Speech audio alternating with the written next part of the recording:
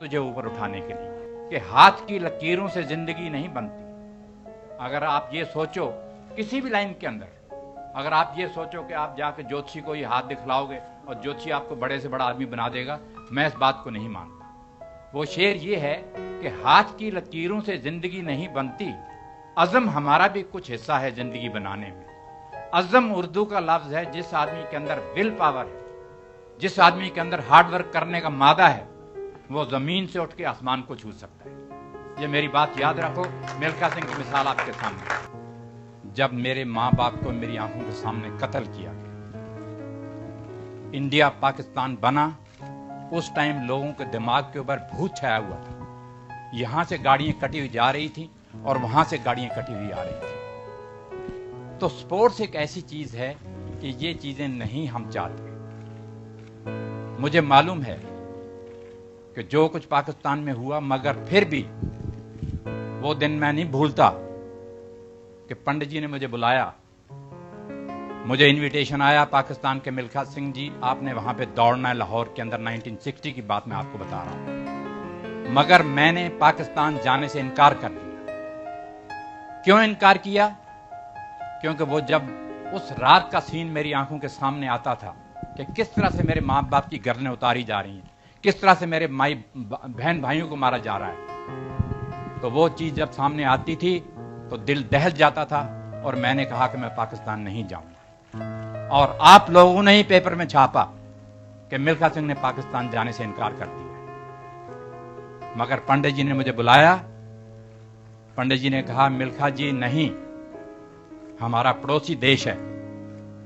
Sports जो है ये प्यार बढ़ाती है, भाईचारा करती है, हमने जाना ही जाना है पाकिस्तान। तो नेक्स्ट डे आप लोगों ने अखबारों में छाप दिया कि मिल्खा सिंह मान गया और पाकिस्तान जाएगा। जब मैं वहां पे गया, मुझे याद है कि वाघा बॉर्डर के ऊपर उन्होंने फूलों से जीप सजाई हुई थी। उस जीप के अंदर मुझे उन्होंने खड़ा किया। दोनों तरफ सड़क के बच्चे और पब्लिक सारी खड़ी थी। करीबन 15-16 किलोमीटर का डिस्टेंस है वाघा बॉर्डर से लाहौर का।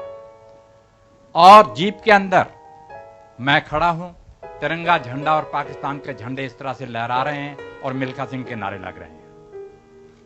जब मैं वहां पाकिस्तान पहुंचा, होटल के अंदर जाके देखा, एक पेपर पड़ा था, एक अखबार पड़ा था जिसके अंदर लिखा हुआ था मिल्खा सिंह और अब्दुल खालिक की टक्कर, इंडिया और पाकिस्तान की टक्कर।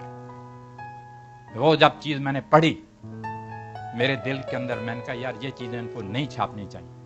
हम यहां किसी और काम के लिए आए हैं और ये चीज इन्होंने छाप दी है यहां।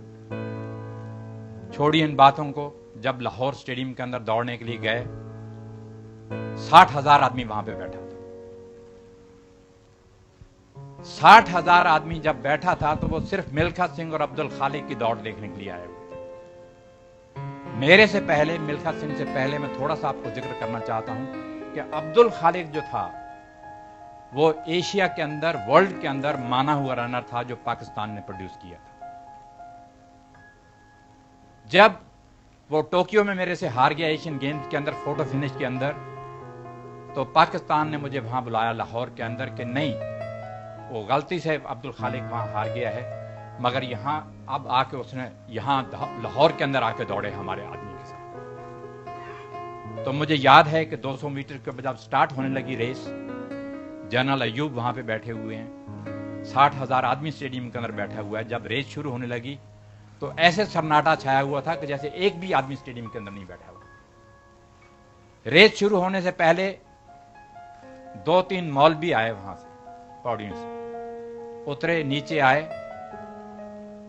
आके मैं यहां खड़ा हूं, अब्दुल खालिक यहां खड़ा है, आके कहते हैं, खुदा हाफिज, आपको खुदा दुश्मनों से फतेह दे। जब वो जाने लगे वापस, मैं उनका, मौलवी जी हम भी खुदा के बंदे हैं। वापस आए और उन्होंने मुझे भी कहा कि खुदा आपको भी ताकत दे। मैंने मौलवी से ये लफ्ज कहे, मैंने कहा, मौलवी जी ये चीजें जो हैं प्यार बढ़ाने के लिए हम करते हैं, हम यहां आए हैं भाईचारा, ना कि ये आपने जो लफ्ज इस्तेमाल किए हैं दुश्मनों से फतेह दे, मैंने कहा ये मुझे अच्छे नहीं लगे। कहने लगे नहीं, आपको भी खुदा ताकत दे।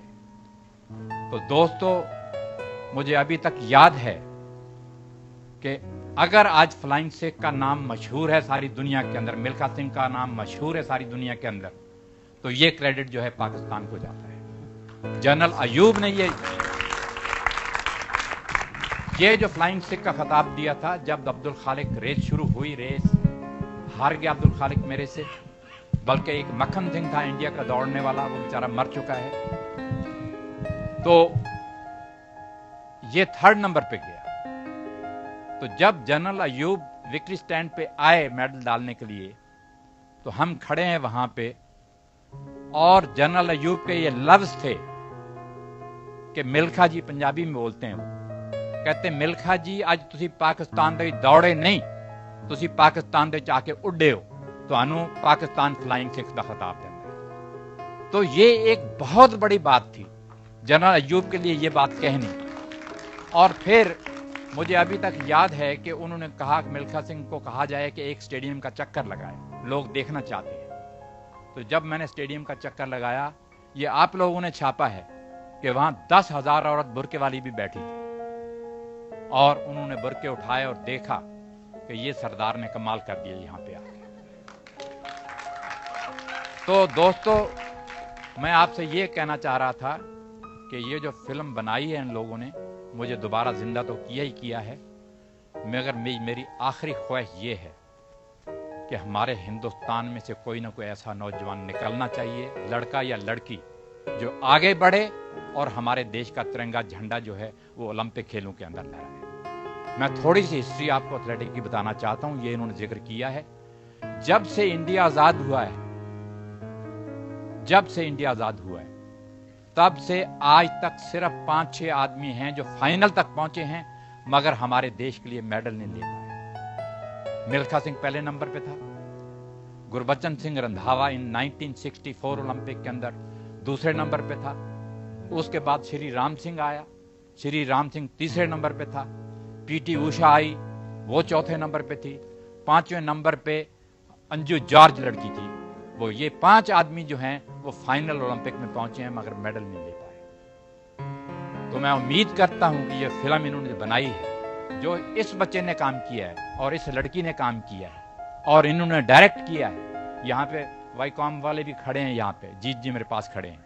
इन लोगों ने जो काम किया है, मैं समझता हूं कि आने वाली जनरेशन को ये फिल्म इंस्पायर करेगी कि मिल्खा सिंह के मुंह से किस तरह से खून निकलता रहा, कितना उसने हार्ड वर्क किया, वो मौत से लड़ा कि मैंने वर्ल्ड रिकॉर्ड तोड़ना है, मैंने देश के लिए मेडल लेना है।